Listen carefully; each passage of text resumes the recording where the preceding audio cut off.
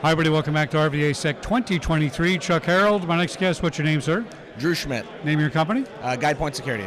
I interviewed you guys earlier, and I like how you changed the website, got the new logo. It's very cool.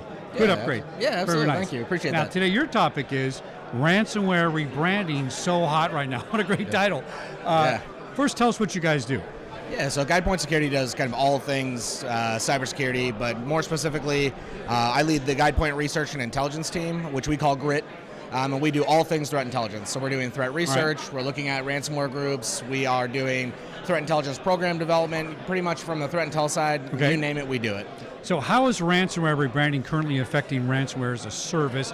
Define rebranding for me. I'm not sure I understand that. Yeah, so rebranding is basically this concept that a ransomware group can kind of change their identity. And by doing that, they're able to extend their operations, they're able to act as a new group, even though they're actually a different group. Now, what's interesting about that is even among, I was a policeman, right? Yeah. So honor among thieves, it's a real thing, right? Exactly. So, their brand is, if I lock your computer up and you pay me and I give you your stuff back, that's good for business. It is. Why would I want to change my identity so I don't know if I can trust you as a bad guy? Yeah, so I guess the big thing there is if you have a group that does something really bad, they attack their own industry, they get some law enforcement heat, that's where they might need to change their identity to actually keep operating. That makes sense. Yeah. Or they're unscrupulous and they just go from person to person and don't give them their files back. And exactly. Very interesting. All right. Exactly. So with that in mind, of course, all new security challenges, because you don't have the footprint to say that's Chuck again, it's a new guy. Can you find out that it is Chuck again through your techniques? Yeah, absolutely. There's definitely ways you can do that, and that's where a lot of our behavioral profiling comes into play. They're going to carry some consistencies between brand to brand, right? And so when we start taking a look at that bigger picture, that's where we can start identifying some of those trends. Maybe it's how they reuse some of their code in their ransomware, behaviors especially. But that's, looking at the bigger picture is really going to be the key there. So I was reading something during COVID that ransomware was up 4,000% at one time. Is that? I think that was the number. I said, no, you mean 400, and it was 4,000. Yeah. It's a completely preventable thing, ransomware. In most cases, right? Yeah, I think so. Why? I guess it just keeps going up because it's profitable. I mean, what drives this increase? Yeah, I think profit is a big thing.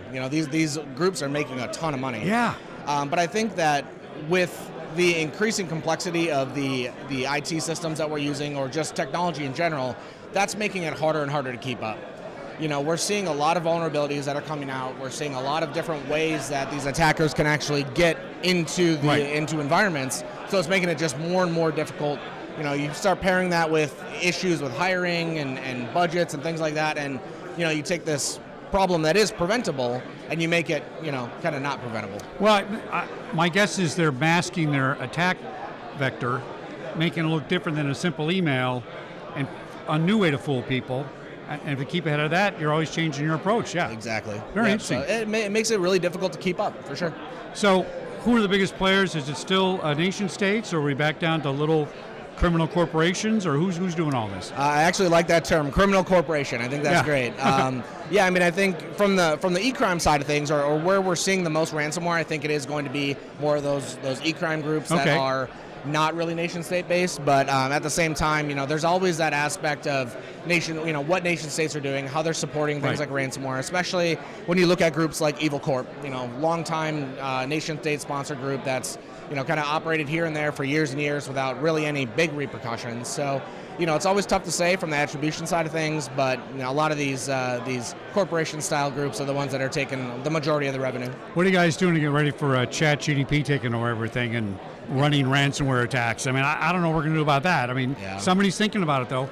Yeah, I definitely think they're thinking about it. I think the nice thing is that we're also thinking about it. Yeah. And we're also looking at using that technology for the good side as well as they are for the bad side. Good. So, I think part of staying up to date with that, with those kinds of trends, is going to be huge for us keeping up with changing threats, for sure. Excellent. Mr. Drew from gpsec.com.